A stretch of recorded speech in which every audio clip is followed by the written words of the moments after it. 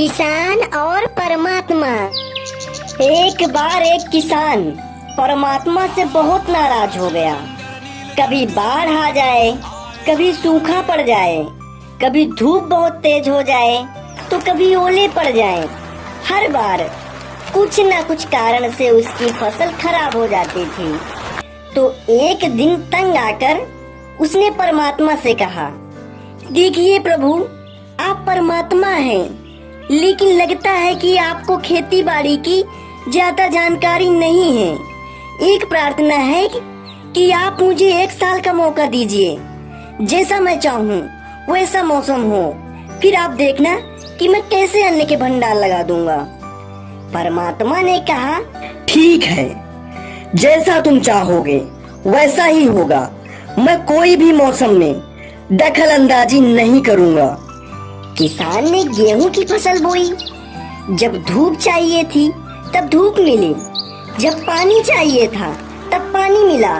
तेज धूप, ओले, आंधी तो उसने आने ही नहीं दी।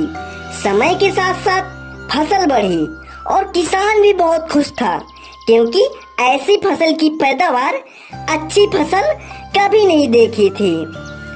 किसान ने सोचा कि अब पता चलेगा परमात्मा को कि फसल कैसे करते हैं। बेकार में किसानों को परेशान करते रहते हैं। फसल काटने का समय भी आ गया।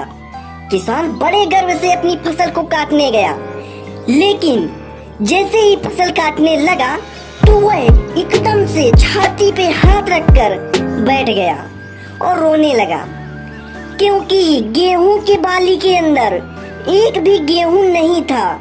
सारी बालियां अंदर से खाली थीं।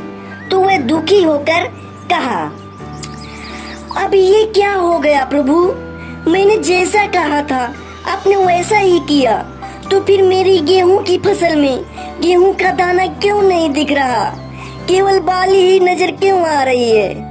परमात्मा ने कहा कि ये तो होना ही था। तुमने पौधों को तनिक भी संघर्ष का मौका नहीं दिया। न तो तुमने उसने तेज धूप में तपने दिया और न ही आंधी में, और न औरों को जूझने दिया। उनको किसी भी तरह का कोई संघर्ष नहीं करने दिया। इसीलिए सब पौधे खोखले रह गए। जब आंधी आती है, तेज बारिश होती है और ओले गिरते हैं, तब पौधा अपने बल से खड़ा रहता है। पौधा अस्तित्व बचाने के लिए संघर्ष करता है, और संघर्ष से जो बल पैदा होता है वह शक्ति देता है और उसकी जीवत्ता को उभारता है। सोने को भी कुंदन बनने के लिए हथौड़ी से पीटने से, आग में तपने से जैसी चुनौतियों से जूझना पड़ता है, तभी उसकी स्वर्ण आभा उभरती है, जो उसे अनमोल बनाती है। उसी तरह अगर जिंदगी में संघर्ष न हो तो पौधों की तरह जिंदगी खराब हो जाती है। किसान परमात्मा की ये सब बातें सुनकर स्तब्ध रह गया और माफी मांगी।